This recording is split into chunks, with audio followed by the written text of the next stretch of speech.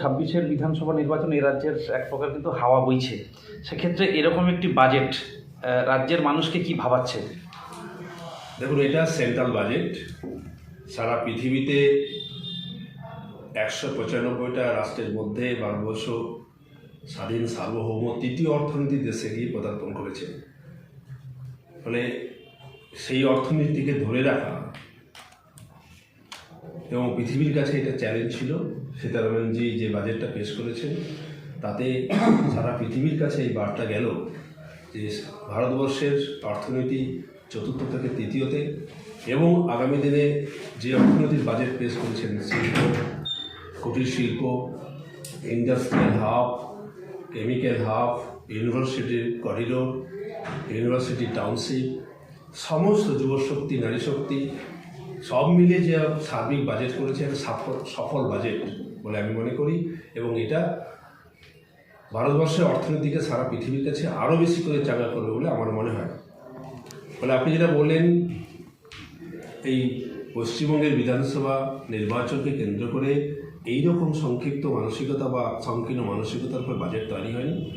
পশ্চিমবঙ্গ আমরা তো একটা ফেডারেল স্ট্রাকচারের মধ্যে আছি।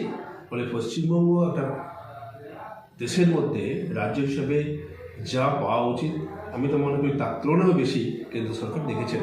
কারণ ভারতবর্ষের 4টি হাই স্পিড রেল কানেকশনের মধ্যে ভারতবর্ষ পশ্চিমবঙ্গকে দিয়েছে। শিলিগুড়ি, বারাণসী থেকে দিল্লি, দুর্গাপুর ইন্ডাস্ট্রিয়াল হাব দিয়েছে, ডানকুনি থেকে সুরাট ফ্রেট, মানে বিজনেস কার্গো ফ্রেট। ফলে এটাও বড়, বিশেষ করে কেমিক্যাল হাব। সারা পৃথিবীর কাছে এখন কেমিক্যাল হাবের একটা বিরাট রিয়াকশন। কারণ ক্যান্সার প্রতিরোধ করার জন্য কেমিক্যাল হাব আমাদের ভারতবর্ষে খুব দরকার ছিল। সেটার জন্য ইনভেস্টমেন্ট করেছেন।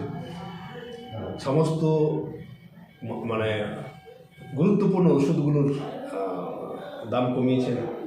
আমরা পশ্চিমবঙ্গের অনেকটা জায়গা জুড়ে কোস্টাল জোন, সেই সমস্ত মৎস্যজীবীদের যে তাদের ট্যাক্স কমিয়ে দিয়েছেন। সব মিলে আমার মনে হয়েছে যে যদি বাজেটের বিধানসভার কথা বলেন, তাকে যেমন মাথায় রেখেছেন এবং পশ্চিমবঙ্গবাসীদের সার্বিক কল্যাণ এবং যুবশক্তি, নারী শক্তি এবং শিল্প, ক্ষুদ্র শিল্প, শিক্ষা, বিশেষ করে যে পশ্চিমবঙ্গে একবারে অবস্থা খারাপ, মানে শিক্ষার ঘোড়াটাই পশ্চিমবঙ্গ সরকার কেটে দিয়েছে। এই ইউনিভার্সিটির টাউনশিপ তৈরি করে আরও শিক্ষাকে উজ্জীবিত করেছে বলে আমার মনে হয়। ফলে এটা একটা সার্বিক সফল বাজেট। এই বাজেট নিয়ে তো যথারীতি শাসক দল, এদের রাজ্যের শাসক দলের যারা রয়েছেন তারা তো সমালোচনার ঝড় তুলছেন। করবেন। পশ্চিমবঙ্গ একটি রাজ্য, তিনি দেশের অর্থনীতির বাজেট, তার দেশের বাজেট দেখুন না, কত কোটি টাকা, কত লক্ষ কোটি টাকা ঋণে ভারতবর্ষ, পশ্চিমবঙ্গ জর্জরিত। সেই সরকার কি বলবে? সে ভালো জিনিস দেখতে পারবেন না। এই রাজ্যের অর্থনীতির কি দুরবস্থা, কর্মচারীদের ডিএ নেই। কেন্দ্র সরকার জানুয়ারি থেকে অলরেডি 8 পে কমিশন ঘোষণা করে দিয়েছে। রাজ্য সরকার সেটা তার কোনো ভূক্ষেপই নেই। ডিএ মামলা চলছে তো চলছে।